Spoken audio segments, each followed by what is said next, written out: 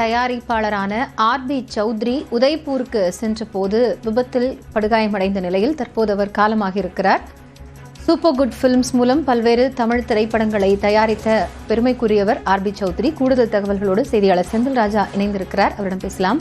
செந்தில், தற்போது மிக முக்கியமான தமிழ் சினிமாவில் பல திருப்புமுனையான திரைப்படங்களை தயாரித்திருக்கக்கூடிய பொறுப்பு ஆர்பி சௌத்ரிக்கு இருக்கிறது. அவர் காலமாகி இருக்கிறார். தகவல்கள் என்ன? காயத்ரி, தமிழ் சினிமாவில் 100 திரைப்படங்களை தயாரித்த நிறுவனங்களில் வெகு சில நிறுவனங்கள் தான் உண்டு. அதில் மிக முக்கியமான நிறுவனம் சூப்பர் குட் பிலிம்ஸ் என்று சொல்லக்கூடிய அந்த நிறுவனம். ஆர்பி சௌத்ரி என்பவர் அந்த திரைப்பட நிறுவனத்தை தொடங்கி அந்த திரைப்படங்களை தயாரித்து வந்தார். குறிப்பாக பார்த்தீர்கள் என்றால் இவர் ராஜஸ்தானை சேர்ந்தவர். ராஜஸ்தானை பூர்வீகமாக கொண்டவர்.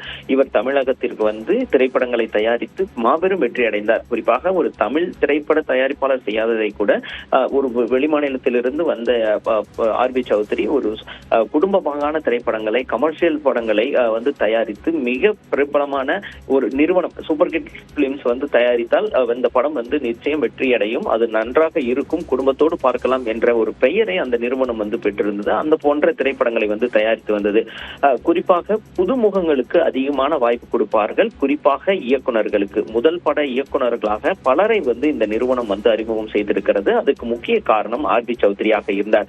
இவர் 1988 சினிமாவுக்கு வந்திருந்தாலும் மலையாளத்தில் முதல் 2 திரைப்படங்களை தயாரித்தார். அதற்கு பிறகு புது வசந்தம் படம் மூலமாக 1990 தமிழ் சினிமாவில் திரைப்படங்களை தயாரிக்க தொடங்கி இருந்தார். அதற்கு பிறகு புரியாத புதிர், நாட்டாமை, சூரிய வம்சம் என பல வெற்றி படங்களை கொடுத்திருந்தார். அவர் 100வது திரைப்படத்தை தயாரிக்க வேண்டும், அந்த திரைப்படத்தில் விஜய் நடிக்க வேண்டும் என்று ஒரு ஆர்வத்தட்டு இருந்தார். இந்த விஜய் நடித்த கோட் திரைப்படம் அதற்கு முன்பாக வேறு ஒரு இயக்குனர், தெலுங்கு இயக்குனர் இயக்குவதாக இருந்தது. அப்போது அந்த திரைப்படத்தை ஆர்பி சௌத்ரி தயாரிப்பதாக இருந்தது. 100வது படத்தை விஜயை வைத்துதான் தயாரிக்க வேண்டும் என்பதில் உறுதியாக இருந்து வந்தார்.